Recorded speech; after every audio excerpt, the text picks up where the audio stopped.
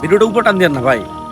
আমি যে কথাটা বলবো, আল্লাহ রসুল সাল্লাল্লাহু আলাইহি ওয়াসাল্লামকে সাহাবা একরাম জিজ্ঞাসা করছিল, ইয়া রাসূলুল্লাহ, ইয়া হাবিবাল্লাহ, আপনার উপর যদি দুরূদ শরীফ পড়া হয়, কোনো উম্মত দুরূদ শরীফ পড়ে, আপনি কি পরিমাণ খুশি হন?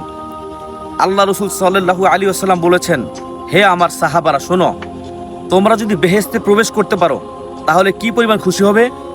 বলে, ইয়া রাসূলুল্লাহ, বেহেশতে প্রবেশ করলে তো খুশির কোনো শুরু আছে, শেষ থাকবে না। বলে, শোনো, আমার উপরে যেই উম্মত দুরূদ শরীফ পড়ে,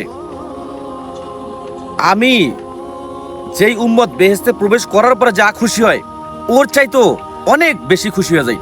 সুবহানাল্লাহ, দুরূদ শরীফ এত দামি আমল। এজন্য আমরা বেশি বেশি আল্লাহ রাসূল সাল্লাল্লাহু আলাইহি ওয়াসাল্লামের শানে দুরূদ শরীফ পড়ব। আল্লাহ তাআলা আমল করার তৌফিক দান করুন। লা ইলাহা ইল্লাল্লাহ মুহাম্মাদুর